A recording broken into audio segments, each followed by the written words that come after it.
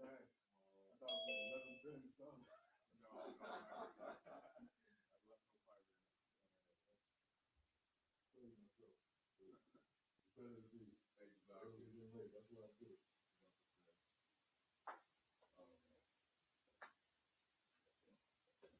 it looking from today?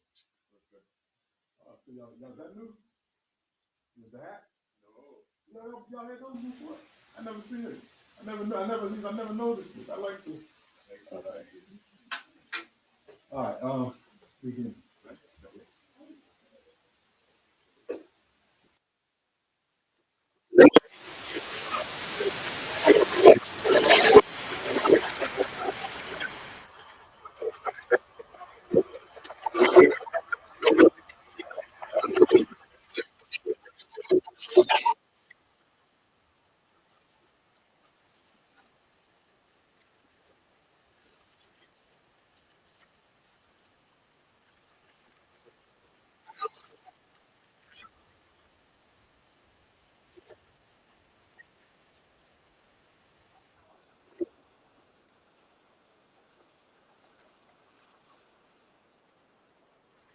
All right, everyone. Good morning. Welcome to our seminar on Malcolm X and Martin Luther King Jr.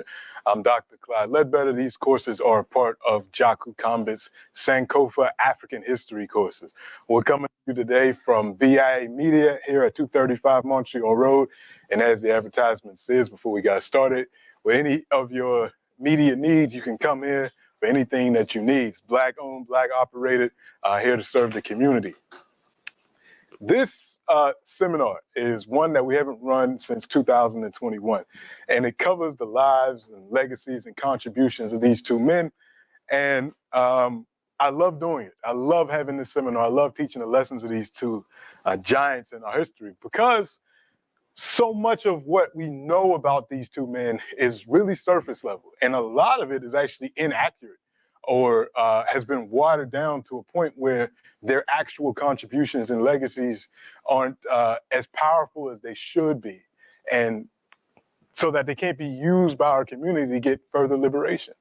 When you limit Martin Luther King Jr. to the "I Have a Dream" speech, or when you limit Malcolm X to this angry Black militant with the assault rifle by the window and just the term "any means necessary" without any context, then you really limit the effect that a Sankofic examination of these two men would give us. And when we practice Sankofa, we're looking at the life and legacy of these men to see what lessons we can draw from in order to move ourselves forward in the future toward greater liberation. So that's what we're going to engage in the next 4 weeks. The first week, we are going to talk about their antecedents and their beginnings, their early lives, and the things that came before them, because these men don't just come out of nowhere. They are products of families that were engaged in struggle for generations, that were organizers, that were leaders in their own right. And oftentimes when we talk about great figures in history, we think that these people are just special and that they just had God-given capabilities, which they do. But we also have to acknowledge the fact that they were built for the positions that they ultimately operated in, that they came from families that prepared them for the task ahead of them. 1 second. I was running right before the class started. So you see me up there sweating like I'm in church, it's because I was running. I'm out of shape. But anyway, Malcolm X, Martin Luther King Jr., these two young men that would grow up to become giants. Malcolm X born May 19th, 1925. Martin Luther King Jr. born January 19th, 1929. So they're 4 years apart. We're going to see a number of similarities between these two men from the time that they're born up until the time that they both die. Both die at 39. Neither one of them makes it to 40. Both leave behind widows with young children. Malcolm X has 5 children and King has 4. So we will see a lot of similarities in between that time, from their young age to their assassinations, and what their assassinations did to our movements, and how. And one really important thing I want to point out throughout this seminar when we get to that point, they're no longer with us physically, but there is no denying when we look at the African conception of life and death that these ancestors are still playing a key role in our liberation. Every time when somebody listens to a speech of Martin Luther King Jr., or reads a book written by Martin Luther King Jr., or hears a speech by Malcolm X, or sees Malcolm X in old footage, it inspires us.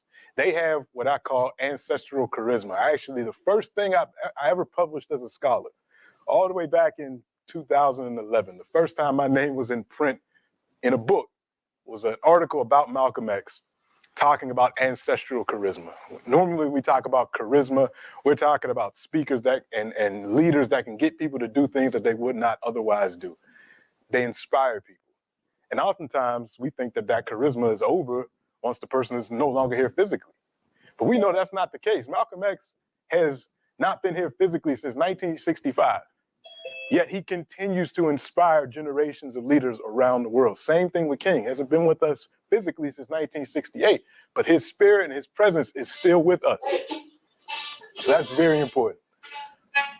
All right, so a couple things I want to point out. In all these classes, I always like to give resources to and evidence to back up what I'm talking about. And make sure you're on mute if you're joining us from Zoom. That way we don't get the background noise. And Daniel, if you could, make sure everybody's muted if you're host. A number of sources that we can use. One book that I have never recommended in this class, not because I don't like it, it's because I just forgot to actually do it in the 2 times previous we've had this seminar. This book, Martin and Malcolm in America, A Dream or a Nightmare by James H. Cone. James Cone is the father of what's called Black liberation theology. In the 1960s, he attempted to continue Dr. King's work by combining the ethics of Christianity with the struggle of African Americans, and how we see God as a God of the oppressed and a God of struggle and a God that's on the side of oppressed people around the world, and how we can use that as the framework for our religions. So Cone wrote this book about Malcolm and Martin, which compares the two men, which talks about their theologies, their philosophies, their social actions, and it gets a little bit into their backgrounds as well. So this is a book that I recommend, and anything written by James Cone, actually. Other sources that we'll use to reconstruct this history. For today's lecture, these are the 2 main ones that will be used. The autobiography of Malcolm X, again, which is still always on bestsellers list. It's a classic. It's something that I encourage everyone to read, but in particular, young Black boys. There shouldn't be a young Black boy that does not have this in their library. The autobiography of Malcolm X, as told to Alex Haley. He was finishing this book. The book wasn't finished before he was assassinated. Alex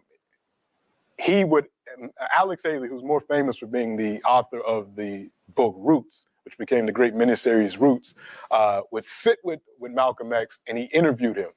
And Malcolm told him his life, and then Haley would write it up and sometimes take editorial license with things into this book that's called The Autobiography of Malcolm X, as told to Alex Haley. The other book is The Autobiography of Martin Luther King Jr. Now, what's really interesting about both of these autobiographies is neither one of them are true autobiographies, in that neither Malcolm nor Martin sat down and actually wrote out their life. Malcolm told his story to Alex Haley, and Alex Haley, again, took editorial license with things. He didn't make things up, but he definitely, you can see his presence in it. And this book is by Claiborne Carson. And King didn't write an autobiography, but he wrote a number of things throughout his life, reflecting on various aspects of his life. And all that was compiled by Claiborne Carson and put into this book, The Autobiography of Martin Luther King Jr. So that's another one of these similarities. Neither one of these men wrote complete memoirs of their lives to leave us with. But we have a number of their writings, interviews and things, interviews with their family members. There are a number of biographies written about King as well as about Malcolm by their family members that give us more information to recreate their early lives. All right. The first place we want to start when we talk about these 2 men is the state of Georgia, in the U.S. South.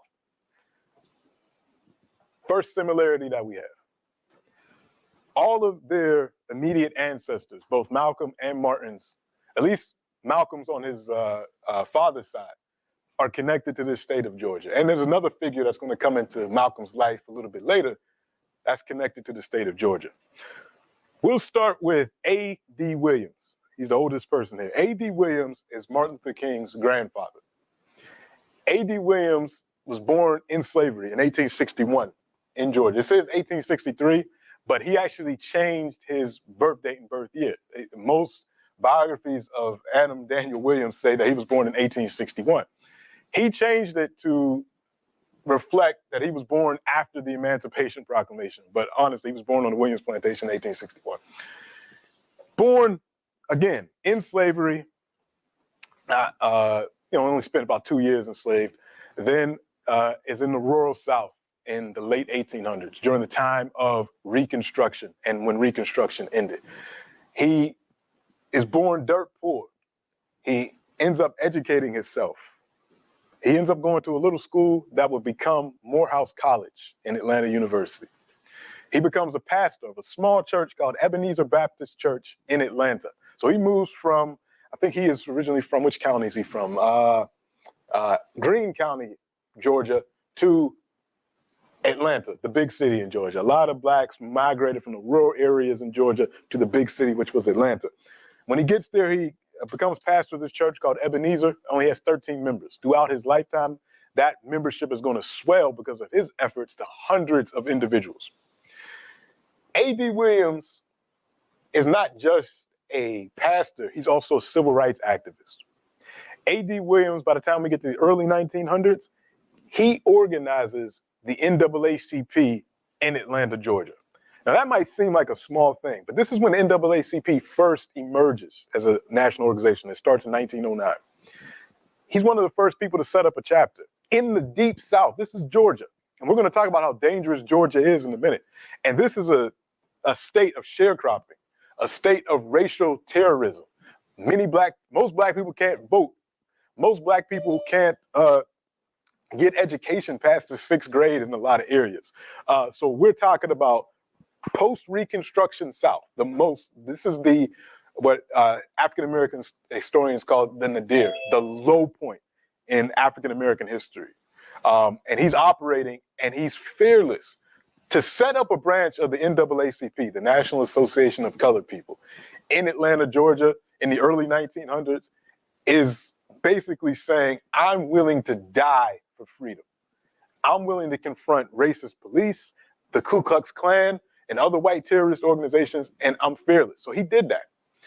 A.D. Williams was also one of the founders of the National Baptist Convention, one of the largest organizations of black religious organizations in the United States as well. So he was an activist. He led marches. He led demonstrations. He organized, and he fought for the rights of black folks. This is Martin Luther King's grandfather. When he died, he would pass the church, Ebenezer Church, to his son-in-law, Michael King. Michael King, again, another Georgia boy who goes to Atlanta, kind of the same thing as his future father-in-law. He works his way up. He's born dirt poor. He's a generation after slavery. He ends up getting his degree from Morehouse. He becomes pastor of Ebenezer. He's co-pastor with his father-in-law. Then when his father-in-law dies, he becomes the pastor. Now, both he and his wife, Alberta, carry on the legacy of A.D. Williams. Not only is he a pastor, he's also a freedom fighter and an organizer. In fact, Michael King Sr., who becomes Martin Luther King Sr., because he changes his name after Martin Luther King's actually born. Martin Luther King Jr. is born Michael King Jr.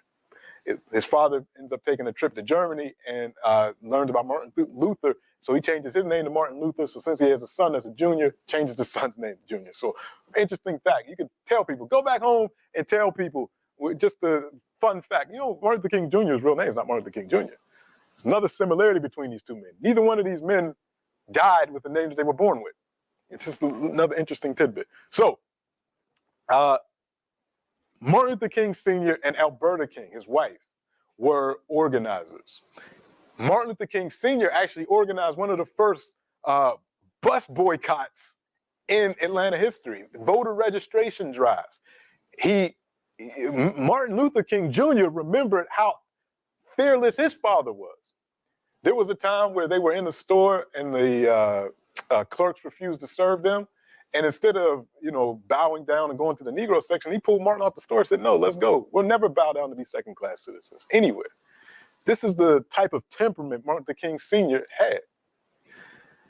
The other figure I have here in the lower right-hand corner is Early Little, also known as Earl Little, another Georgia boy who becomes a Black Baptist preacher, minister, just like Martin Luther King Sr., just like A.D. Williams.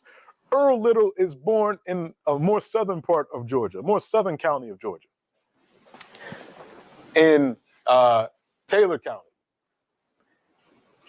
1890, again, right in the middle of the nadir.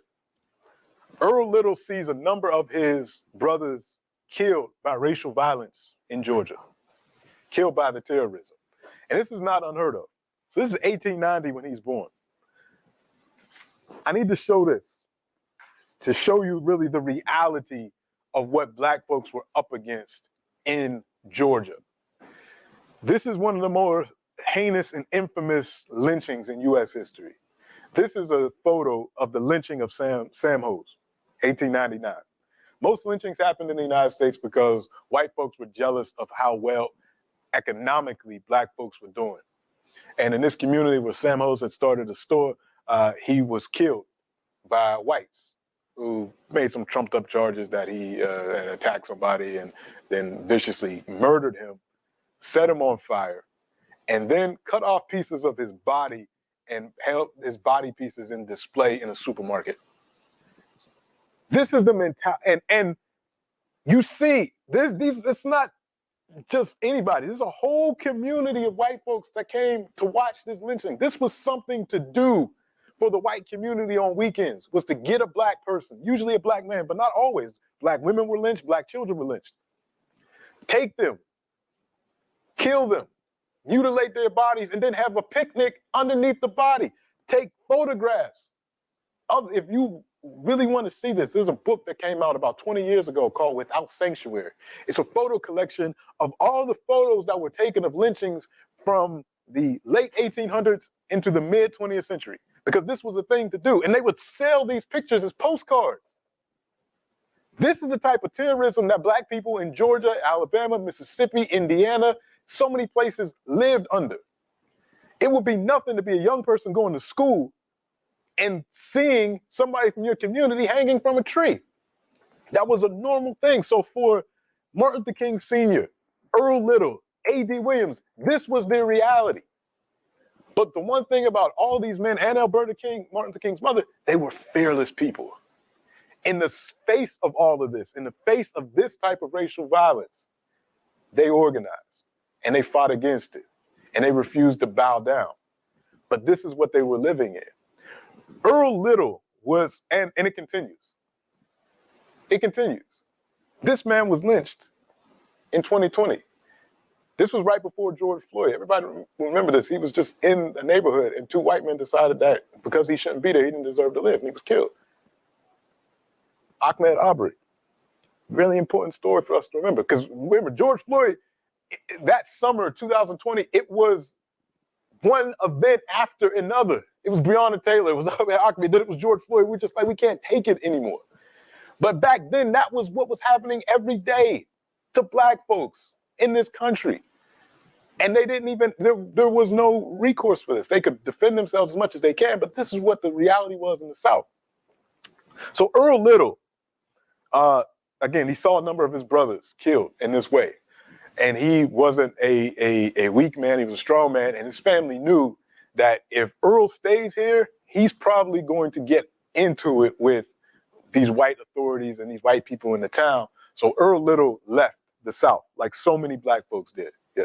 When you're talking brothers, you're talking actual brothers? Yes, his actual biological brothers were killed by white racial violence.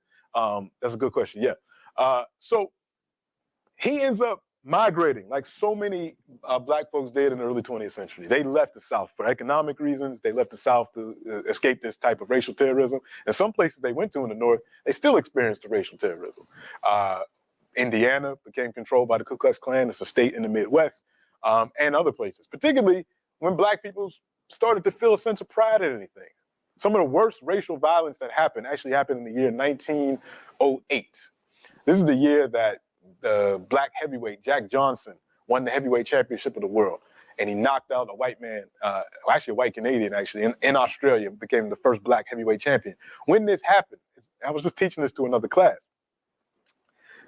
Back in the day, they used to watch boxing in movie theaters. So someone would film the fight, and then they would sell the film to movie studios, and movie theaters, and people would go and watch the fight because there were no TVs. When they filmed this fight of Jack Johnson and he beat the hell out of the white champion for 15 rounds. And he probably could have beat him a lot earlier, but he was holding him up, and we wanted to punish him. And Jack Johnson, we could do a whole class on him. He's a big chocolate brown, bald black man with a gold tooth that loved to run around with white women in 1908 when they were doing stuff like this to people. But anyway, they don't show the end of the fight. Right when he's about to knock him out, the film cuts off because apparently white people couldn't deal with seeing a white man knocked out, even though black people had to deal with seeing things like what I just showed you every day. It was too much for the white psyche to see a white man get knocked out by this black man. So the tape actually cuts off. But once the news of his victory reached the United States, there were riots in every major city: Pittsburgh, Wilmington, Delaware, Philadelphia, Boston, because white folks just couldn't take that this black man had won this heavyweight championship. So this was the reality of what was going on among black people. So Earl Little leaves the South and he goes to a couple of places: Boston, Philadelphia, and he ultimately makes his way to Montreal, Canada. And while he's traveling, he becomes a part of a movement called the Universal Negro Improvement Association and African Community Leagues.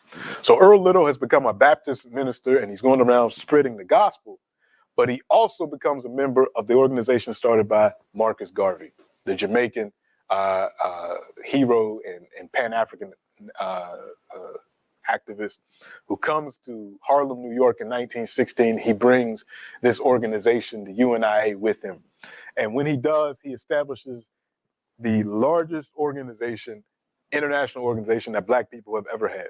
Over 6 million members, active in 22 countries. Starts in 1914 with just a handful of people in Jamaica. By the time we get to 1921, when they have their international convention in New York, 20,000 to 25,000 black people attend this convention. This is how big this organization has got in less than 10 years.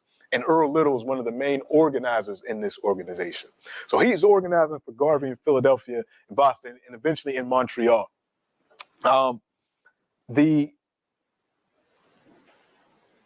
Again, all this is going on during this genocide against black people all over the world. So it's not just happening in America. It's happening in Africa itself, because this is during the time period of colonization. And Garvey's message was simple: Africa for the Africans at home and abroad.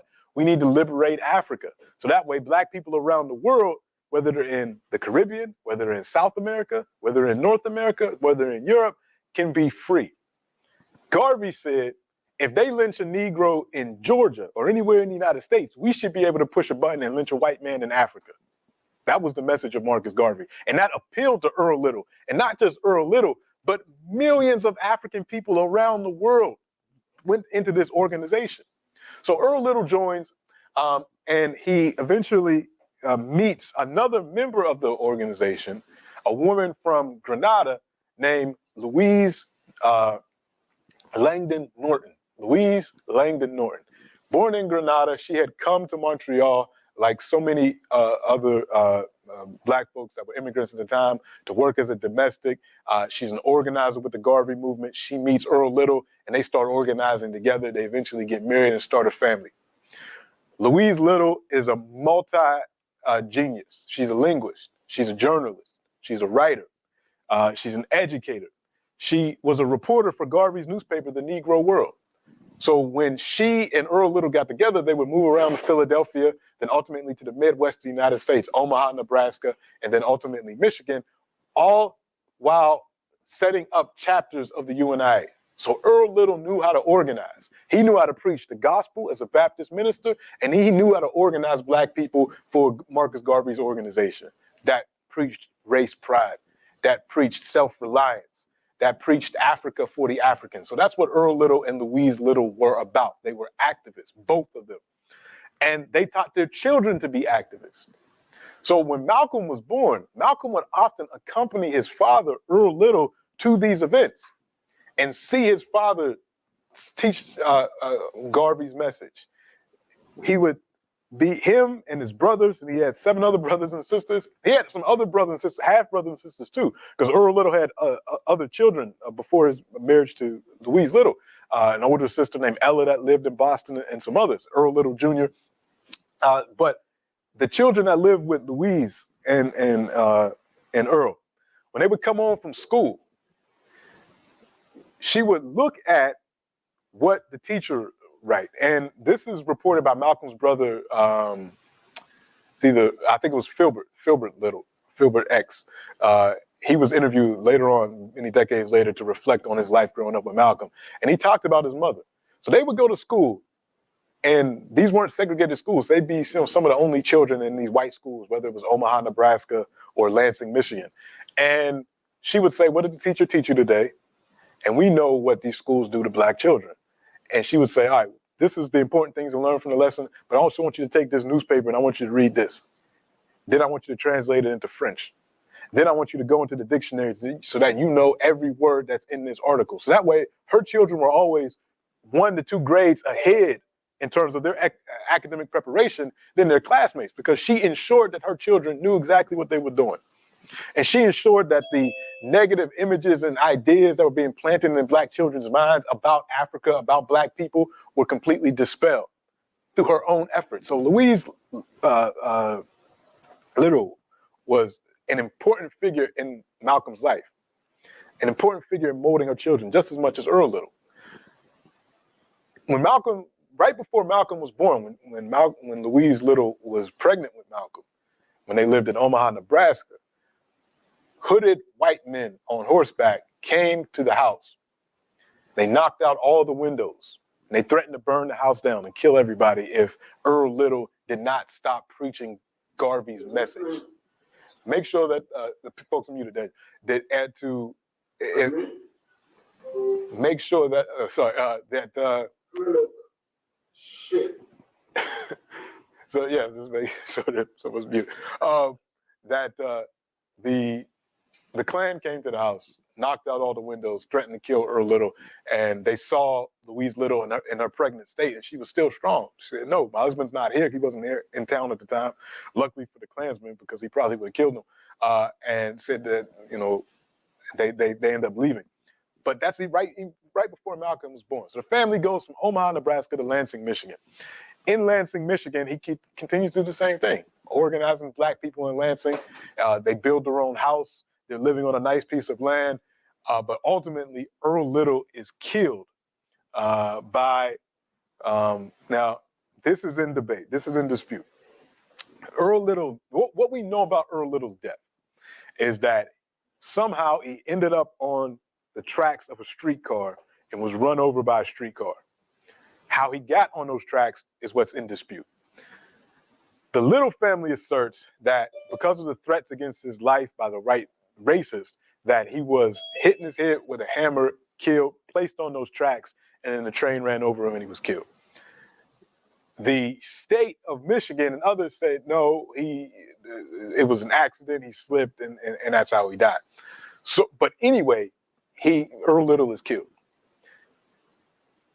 What happens next is not, the story, how it goes, is not one that's uncommon to a lot of black families during this time period.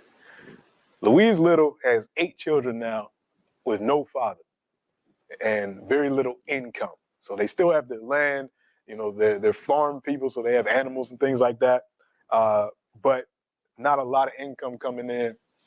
She's also dealing with the trauma of losing her husband in that regard, and then probably trauma from all the racial intimidation and violence that has been inflicted on the family all this time.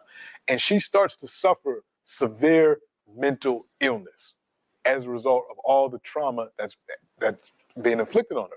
Now, the older children in the family, others, they try to keep the family together, but the state is putting pressure on Louise Little for 2 reasons. 1, they want to separate her family. They want to put the children into foster care. 2, and probably more primarily, they want to control the little's land. The littles sit on a nice piece of land and the state wants that land. So if you can put the mother in an institution and you can separate the kids, then it forces that family to give up that land, which is exactly what happened. Louise Little was put into a facility, and this is the 1930s, so you can imagine a black woman in one of these facilities, and her children are separated. Some of the children go with other relatives. Some, like Malcolm, go into foster care because they say, her children have become delinquent, they're stealing, and they were stealing because they were hungry. But the state separates the family. Even with that separation, PJ, can we even with that separation, and I'll go back to back to Martin in a minute. Malcolm still continues to flourish because he has that foundation that was put in him by both his parents, and particularly Louise Little. So he goes to this foster home, and he's still one of the only black kids in his class. This is Lansing, Michigan, in the 1930s. 1930s, Lansing, Michigan, rural white Michigan. He's one of the only black children in his class, but he continues to excel. He's elected class president. He's playing football. All the kids look up to him and they follow him. This black boy and his family's separated, but he still sees his brothers and sisters on the weekends, even though he's living in this group home, in his home. And he's in school, he's doing well, but ultimately his dream is deferred. That Dream Deferred is a great poem by the great Harlem Renaissance writer Langston Hughes. And what happens to a dream deferred? He's in 8th grade, and he has his white teacher.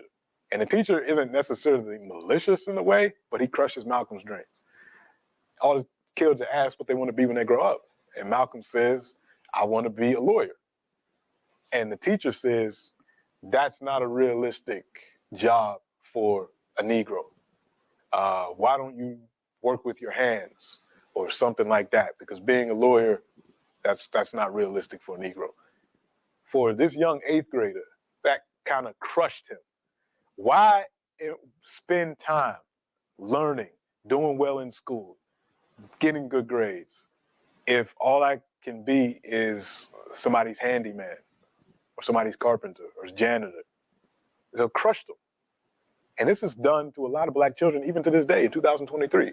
Low expectations from teachers. They may not say it as bluntly as that, but the way the teachers respond to our students shows that.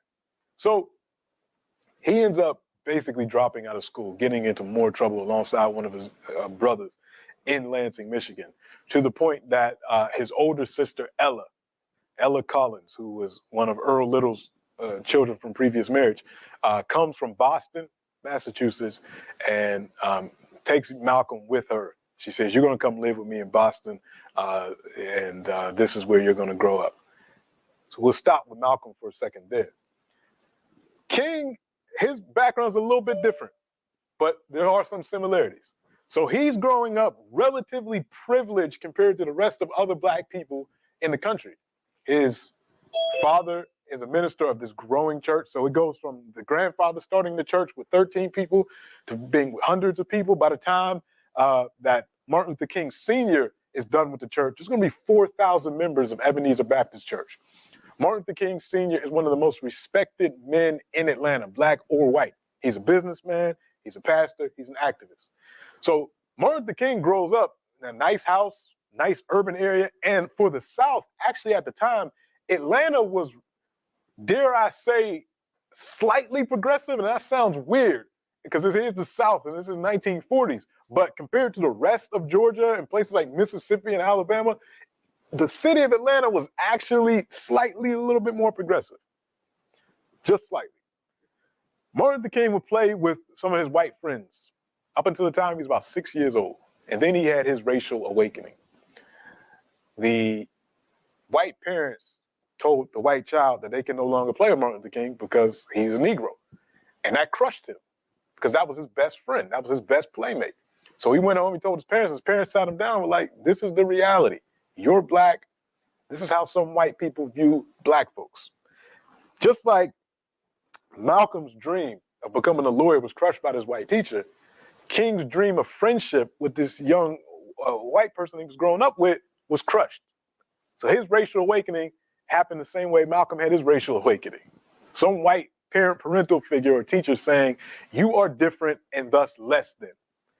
Malcolm would drop out of school, but he didn't necessarily develop a dislike toward white people because of it. He had grown up with these white people in these integrated schools. He didn't really dislike white people. He dated white women for a good portion of his life. We're going to talk about that in a minute. But different from King, King developed, in his own words, a deep hatred toward white people as a result of this, that he would hold from the time he was a kid until the time that he was in college. In Martin Luther King's own words, he hated white people. Now, if I would have asked you before we had this seminar, which one of these two figures do you think actually said out of their mouth, I hate white people?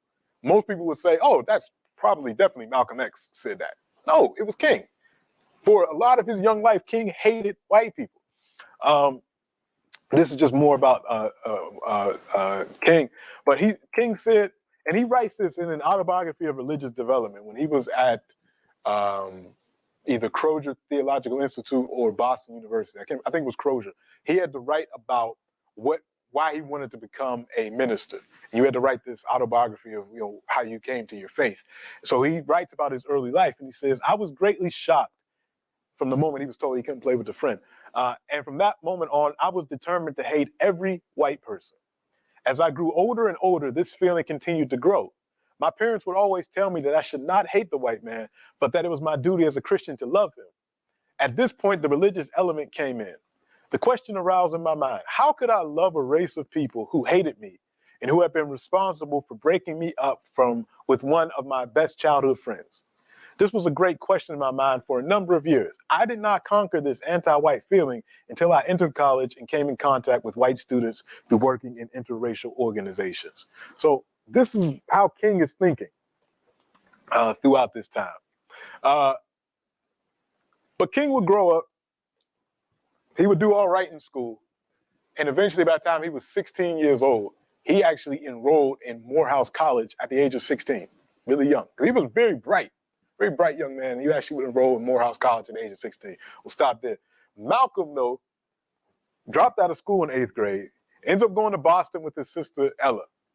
In Boston, he works sometimes, gets odd jobs here and there, but he's really attracted to the street life. Numbers, smoking marijuana at first, gets on other drugs later on, in the dance halls, just the street life. He goes between Boston and Harlem. As he grows up into a teenager and into his 20s, he gets a job working on the railroad that goes between Boston and New York. So he spends some of his time in Harlem, again, running the streets. He's working jobs like working in a kitchen where he was alongside this man here. And at the time, he had gotten the nickname Red. So nobody really called him Malcolm. They called him Red because of his complexion, his hair. And he was Detroit Red because he was from Lansing, Michigan, but nobody knew where Lansing was. So it's like, well, Detroit's in Michigan. And he had another guy from Michigan that was in his crew named Shorty, who was also from Detroit. So they called him Homeboy, as in the homeboy from Michigan, or Detroit Red. So Detroit Red is running the streets. And he also meets another Red, a guy named Red Fox, who becomes a great famous comedian from Sanford and Son and all that. They worked together as dishwashers in Harlem. He sold drugs in Harlem. He ran numbers in Harlem. So he's really engaged in the streets, even though he does have a job. So this is what he's becoming. He's becoming a petty criminal, and then later on a big time criminal. Because he and the folks that he's around, Shorty, and then these white women that he's dating, they decide that they're going to go to Boston and start breaking into people's houses. And the white girls would stake out the houses, and they knew the rich white areas in Boston and who was going to be home and whatever. And then Malcolm and them would break into the houses and steal things. So he had this criminal network going on. And even in that, he's charismatic because he's leading these criminal gangs. I mean, these little small hustles. So he's in the streets doing all of this while Martin Luther King is in college. Eventually, he gets caught, and he gets sentenced to 8 to 10 years in prison. We're going to stop there because I'm going to talk about their educations in a second after we come back from break. So Martin Luther King is enrolled in Morehouse College at the age of 16, and Malcolm X is enrolled in prison in 1946 at the age of 21. So we'll stop there for a second and open up to any questions that we have in the chat. Daniel, anything in the chat, or are there any hands up before we go back into the second half of the lecture? There's nothing in the chat. Mr. Thomas, go ahead. You know, I'm sitting here this morning and I'm wondering, because most of our leaders, particularly in the Caribbean, West Indies, do they have any idea of what's going on? In Jamaica right now, there is what we call the trial of the Don Juan gang. And we have invited the Americans to come in to assist us. And those guns are coming from America. We're asking the people who create the problem to come and assist us. Are we dumb, drunk, or what's going on? A lot of our leaders, either they don't practice Sankofa unwillingly because they just don't know this history, or they're willingly participating in these charades and these quote unquote relationships with folks that are causing a lot of their problems. I don't think these people are stupid, many of our leaders. So I honestly believe that they're willfully engaging in these activities that usually do more harm to our people than good. But that's a serious one. Yeah, there's no gun factories in Jamaica. There are no gun factories in Jamaica. So how are all these guns getting into Jamaica? You're right. And you know, who does it benefit keeping places like Jamaica, keeping places particularly like Haiti in chaos? It benefits the American companies that are operating, and Canadian companies that are operating in these places. You keep Haiti in chaos, that way you can keep the cheap apparel programs, institutions going. The Gildan, the people that make those cheap t-shirts, that stuff's put together in Haiti. You know, all these things, Fruit of the Loom, all that. You keep the islands in chaos. You keep Africa in chaos so that you can extract resources and labor from black folks. So a lot of our leaders have willfully accepted that position because they get kickbacks. And it's unfortunate that that's the case. And I didn't know about that particular trial, but that I'm not surprised. I'm not surprised. Thank you for sharing that. There's a hand up, Daniel. I can't see who it is, though. It just says GY. David, go ahead. There's somebody before David. It says GY. Oh, there's two Davids. Okay, David Sutton, go ahead. Oh, okay. And if you're talking, you're on mute. Sorry, guys. Good morning. Thank you, Ms. Ledbetter and company. In similar fashion, in Guyana, they've just discovered millions and millions of barrels of oil. Oh, no. And oh, yes, is exactly right. Because here comes the oil curves. Before that, actually, they've conveniently cultivated racial tensions between the two largest groups. There's the Indo-Guyanese as well as the Afro-Guyanese. We're a land of six peoples, but you never know considering the way things have been going on. Just recently, they've managed to orchestrate a silent coup, I would say. There was a duly elected government, and they conveniently worked to overthrow the government in the last election and installed a government that was there that quite happily forced them to pump out all the oil that they want, and at the same time keep us fighting amongst ourselves. That being said, when are we hopefully going to come together and decide that no, the ABCE, they're not our friends, and B, that we have to do for ourselves that which they purport to say that they will do for us, only to come in and keep us fighting amongst ourselves while they take the bulk of our resources. Yeah, that's the struggle, and this is one of the things. And thank you for sharing that. And this is why I love this part of the class, because we can get this up-to-date information and talk about these things. I won't spend too long on this because I know I'll talk more about it in the second Q&A, which is more open. But I will say this class is part of the types of things that we got to do to get that type of consciousness in our people. There's nobody in Guyana that should not know the name of Walter Rodney and should not have his name on in their minds. But the fact that he's not is one of the reasons why we have this leadership that continues to do these types of things, and a population that sees it as natural developmental policies and things like that. So we have to do a better job at consistently pushing out this consciousness, so that people can really learn from the history and learn from the voices of the past that have been teaching us to stay away from these types of things. That's the short answer, and now we can get more into it. We will in the second part of class. David H. and then Mr. Francis, and then we'll get back into it. Okay. Thank you, Dr. Ledbetter.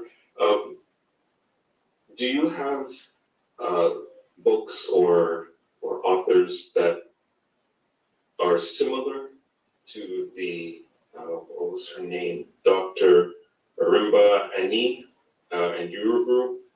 And do you have authors or books that contrast her viewpoint, so I can get a fuller understanding of that perspective? Yeah, I'll send you a list offline. I'll email it to you. Perfect. Yeah, that's okay.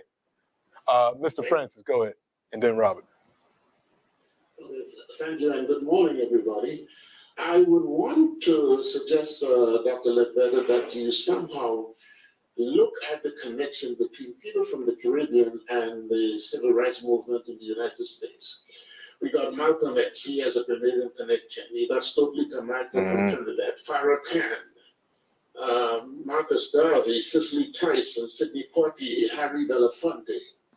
Can you somehow think of a way of connecting these people from the Caribbean to the militancy and involvement with civil rights movement in the United States? Yes, we did a couple of years ago. I'm not sure if that was 2021 or 2020. We did a class called Caribbean Contributions to African Freedom. We didn't just look at the U.S. We looked at the entire African world, and folks coming from Haiti, Jamaica, Trinidad, of course. Trinidad is this oversized contribution to Pan-Africanism and other things, and other areas. So that class we ran a couple of years ago, maybe we can run it again, but it's definitely there, and it's incredibly important. And even in Canada, we talk about Henry Sylvester Williams and others. So that's on our course website. So if anybody's interested in looking that up, you can go to that course. You can see the lectures, you can see the readings, and you can see how those connections are there. Robin, go ahead.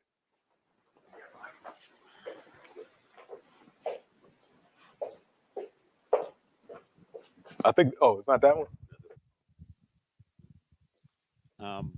Just to respond to what you were saying about there's no gun factories in Jamaica. Right, so as you know, we do the hub does a lot of work with policing. So also Canada doesn't produce a lot of guns. The majority of them coming from the United States. So the last time I spoke at the Auto Police Services Board, I was challenging the police because I looked on their website because the auto police have a guns and gangs unit.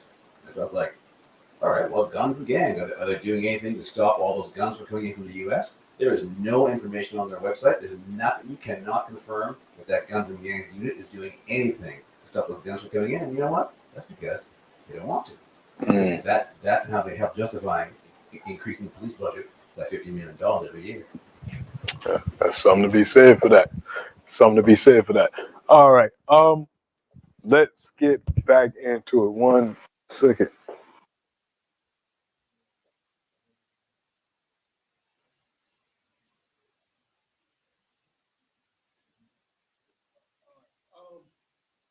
Okay, so let's get back into it. So Malcolm is locked up, and he actually goes through a number of institutions, and he starts out at Charlestown State Prison in Massachusetts. He's so messed up at this point in his life. This is the low point of Malcolm Little's life when he's Malcolm Little. Malcolm is in prison. He's going through withdrawal because now he's addicted to either cocaine or heroin. and he's going through withdrawal. He's been sentenced to 8 to 10 years, and he's 21 years old. So he's about to he's looking at spending his entire 20s in prison.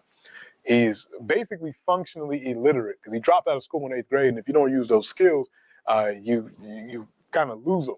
So he writes letters to his family, and they're barely legible, and they don't really make a lot of sense because he's like lost his skills, and he's in such a bad mental space that he's just full of hatred, and he cusses people out all the time, and he really has a strong anti-religious spirit. So much so that his nickname in prison is not Red. His nickname in prison, and when he first goes to Charleston State Prison, is Satan. His nickname is Satan because he's not just an atheist. He's actively anti-religious. So anybody comes up talking about religion, he's cussing them out and cussing out priests and cussing out, anybody like that. So he's like really just he's responding to the environment that he's in. Because Charleston State Prison was one of the worst prisons. No, there's no such thing as a good prison, but this was one of the worst. And he's being treated like an animal, and he's responding like an animal. He spends a lot of his time in solitary. He talks about it in his autobiography, just pacing back and forth in the cell, cussing at whoever will listen. However, there's one inmate. So in between all of these outbursts, he does have a job in the prison because prisons are places to exploit labor. The 13th Amendment of the United States says you can't make anybody a slave. The slavery is over in the United States unless you're incarcerated. So you can be made a slave if you're incarcerated. So just like the old cartoons and movies used to show, he actually used to press license plates. That's what they made in the prison that he was in. So while he's working, he sees this one inmate, Bimby, the older guy named Bimby. And Bimby's in charge of the machine that actually presses the license plates. And what he notices about Bimby never curses. When they have breaks in their work, Bimby talks to the other prisoners about current events and connects those current events to history. He's so effective at talking and spreading these messages that even the guards stop and listen to Bimby when Bimby talks. And he's a prisoner.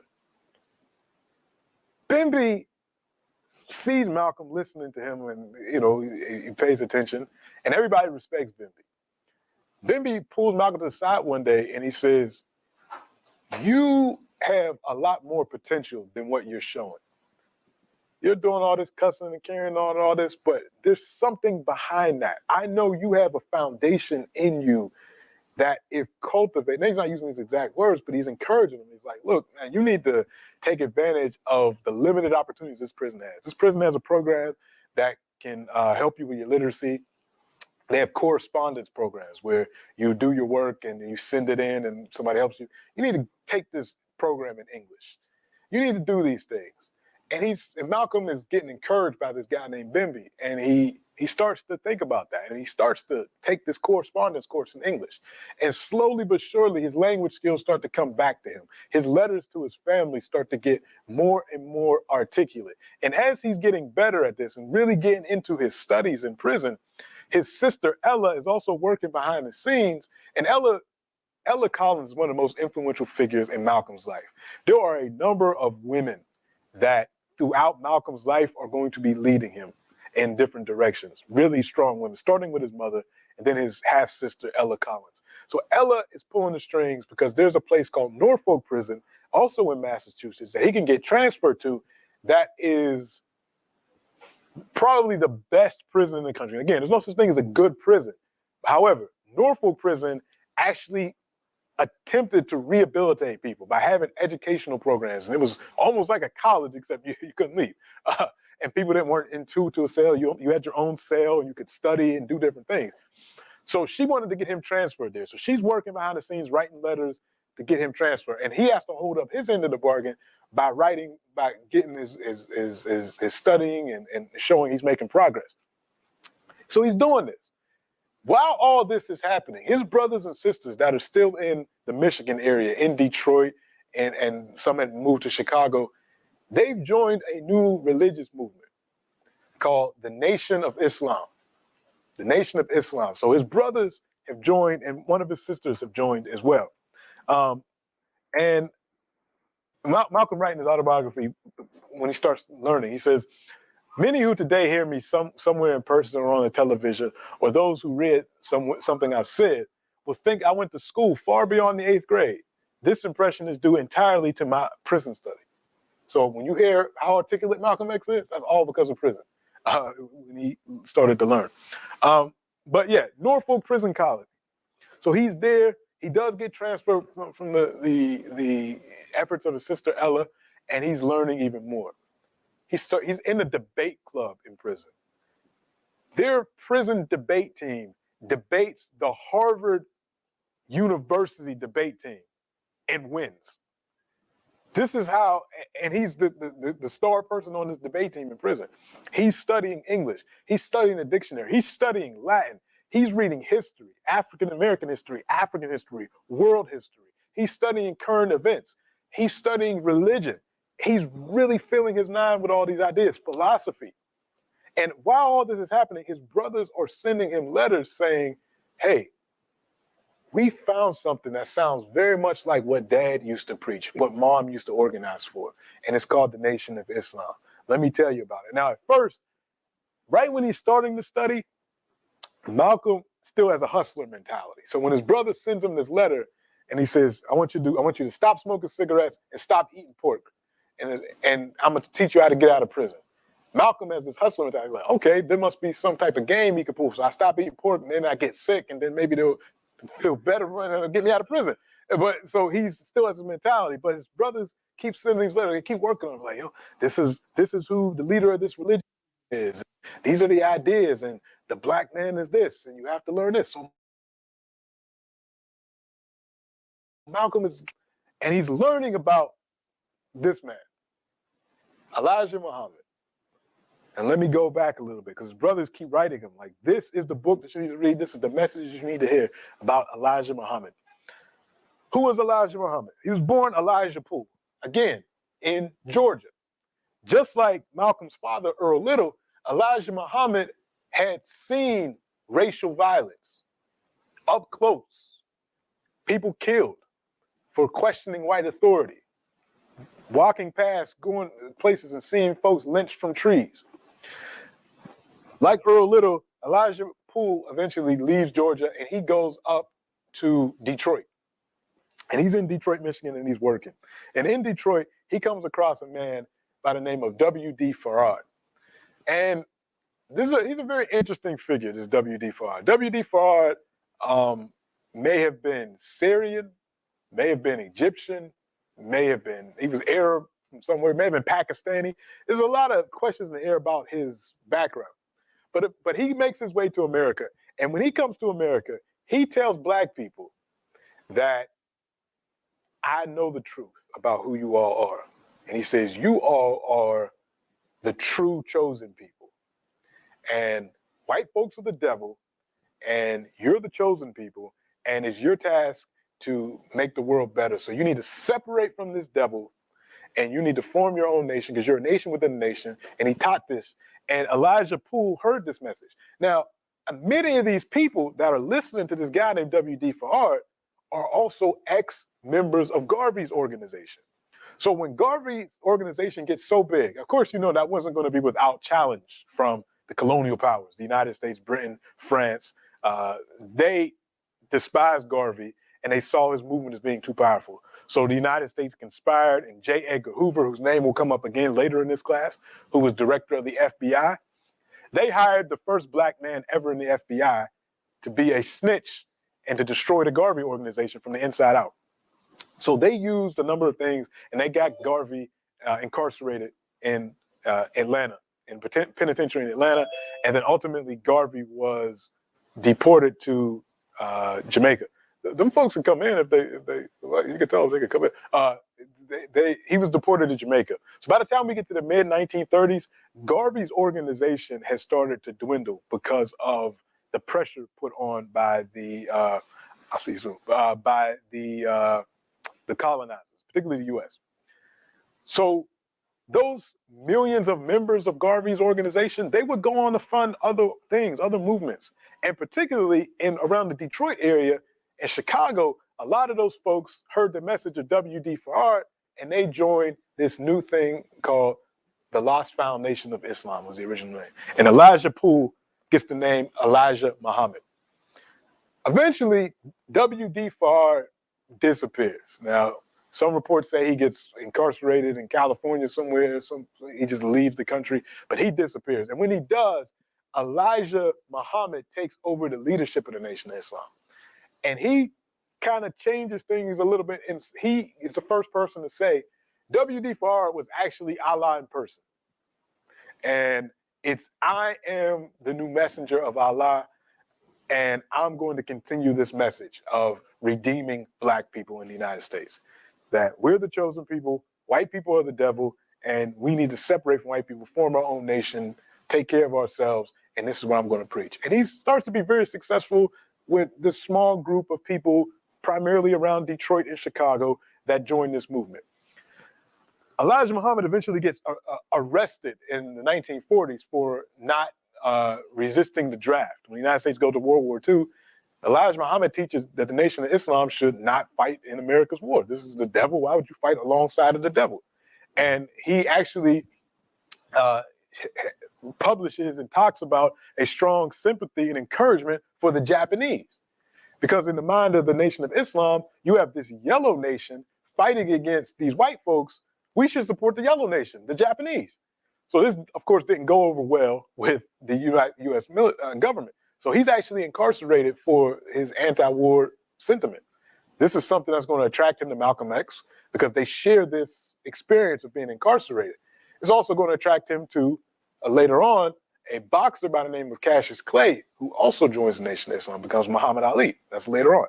So Elijah Muhammad gets out of jail and he has to put his Nation of Islam back together. And he does that in the 1940s. And part of the nucleus of his organization is this family called the Littles. So you got Reginald, you got Wilford, you got Filbert, you got Malcolm's sisters. The Little family is one of the major families in this small group called the Nation of Islam, based in Detroit. Yeah. How long was he in jail? He was in jail for about 5 years, like somewhere 4 to 5 years, I think. I think the duration of World War II, I think he was in jail. He might have got out in 45, 46. So as he's organizing and doing this and the Little family is involved, they're writing Malcolm, encouraging him to read it. So Malcolm starts learning from Elijah Muhammad and he reads, and eventually he gets some correspondence from Elijah Muhammad. Elijah Muhammad actually writes him and encourages him and sends him a couple of dollars, so you can buy stuff in jail. I don't know if y'all have ever had people incarcerated, but you can send people money in jail. It's also another way for the jails to make money because they charge you money for sending money to people in jails, put money on people's books. But anyway, he sends Malcolm a little money and encouragement, and it's with this that Malcolm finds his next teacher. Elijah Muhammad becomes a father figure to him, not just a father figure, but a religious figure. And Malcolm in prison converts to the Nation of Islam, to Elijah Muhammad's message. And that encourages him to study even more, to refine himself even more, because when he gets out, he wants to devote his entire life to the message of Elijah Muhammad. Black people, stand up for your rights. Black people, abstain from pork. He's reflecting about his drug use, his treatment of women, his treatment, because he was pimping also as well in his criminal life. He's reflecting on how white America destroyed his family. Father threatened by racial violence, house burned down, possibly killed by racial violence, how the state took advantage of his mother's trauma, separated their family, stole their land, all the white folks he dealt with in the criminal justice system. So, and he's not the only one. A number of prisoners, black people around the country, are starting to hear Elijah Muhammad's message, and they don't have to think, far to come to the conclusion that white people are the devil. For a lot of black people in the United States, if you're seeing people lynched and burnt and mutilated and their body parts sold in the store, it's not a big stretch to be like, yeah, that is devilish behavior. Like, what? And you're just seeing what white folks are doing all over the African world, and you're like, you know what? That seems like the behavior of someone that will be associated with the devil. So many black people are joining, but not a whole lot. The people are trickling into the Nation of Islam. When Malcolm gets out of jail in 1952, he spends some time personally being taught by Elijah Muhammad. He goes to Detroit. He's tutored by Elijah Muhammad. He's learning more about the religion, and he's ultimately ready to become a minister and preaching Elijah Muhammad's message. That's what he wants to spend his life doing. So he's also working in Detroit at a department store with his brothers, and he's also learning from Elijah Muhammad. All right. While all this is going on, while he's locked up, King's at Morehouse, and 16-year-old boy in college, King has a great time at Morehouse. Too good of a time. Joins a fraternity, becomes a member of Alpha Phi Alpha Fraternity Incorporated. He doesn't get the best grades in college. Dr. King does not do well in college at all. I mean, he does mediocre. The only A that he got his entire time in college was in Bible class, which should come as no surprise. He's the son and grandson of a minister. He should get an A in Bible class. So King is in college. He's actually studying sociology. And he still has these anti-white feelings because Morehouse College is an all-black college. So he's not really engaging with a lot of white people. You got to see in church history. Got to see in church history. So you see his grades. And this is part of the collection of King papers that have been digitized at Stanford University. You can go online. You can see a lot of Dr. King's correspondence and stuff like this. So really important pieces of history. But King is studying sociology. He is expected to go into the ministry, but he doesn't want to at the beginning of his college career. He does not want to become a minister like his father and grandfather. He doesn't see a use for the church. He doesn't see it as a strong force for social change, which is what he wants to make. He thinks the black church is too emotional. He just doesn't have a real strong opinion of religion at this time. He doesn't see how it can be used to advance struggle. Even though he has this example of his father, he doesn't want to be a part of the church. So he's studying sociology. But just like Malcolm had that prisoner Bimby that saw something more in him, Dr. King was influenced by the president of Morehouse named Benjamin Mays. Benjamin Mays was a scholar, an activist in his own right. He had visited India in the 1930s and actually met Gandhi and learned about nonviolence resistance. So when we talk about King, and King is often connected with Gandhi, King didn't discover Gandhi just by itself. You know, Benjamin Mays, the president of Morehouse College, had this connection with Gandhi and India. Benjamin Mays, every week at Morehouse, would have these talks where he would address the university and inspire people. And when King heard these talks, and Mays was also a minister as well, he saw what could be done with the church. He also learned from one of his professors of religion, a man named George Kelsey. That professor also showed King, no, you can use the church for social change in a way that was different than how his father had done it. So he was learning from these men, and by the time he becomes a junior, he says, you know what? I think I will join the ministry. I'm going to take these ideas and I'm going to use them to help black people. That's what I'm going to do. I'm going to use the Christian faith that I've learned since I was a child, and with these new ideas that I'm learning in sociology and philosophy, and I'm going to combine these two things. For most of his life, Benjamin Mays didn't know the effect that he had on Dr. King. Just like I'm sure Bimby didn't know the effect that he would have on Malcolm X. Benjamin Mays wrote, I was not aware of how deeply he was impressed by what I said and did until he wrote Stride Toward Freedom. This is the first book that Dr. King wrote about the Montgomery bus boycott. Dr. King wrote a number of books. Many of us don't even realize that. But Stride Toward Freedom was a book that King wrote, in which he indicated that I had influenced his life to a marked degree. In public addresses, he often referred to me as his spiritual mentor. Since his death, several persons, especially those seeking data for an article or book, have asked me whether I knew in what ways I was influencing Martin's life. The answer is an unqualified no. There is no way one can know the degree of influence one has upon another.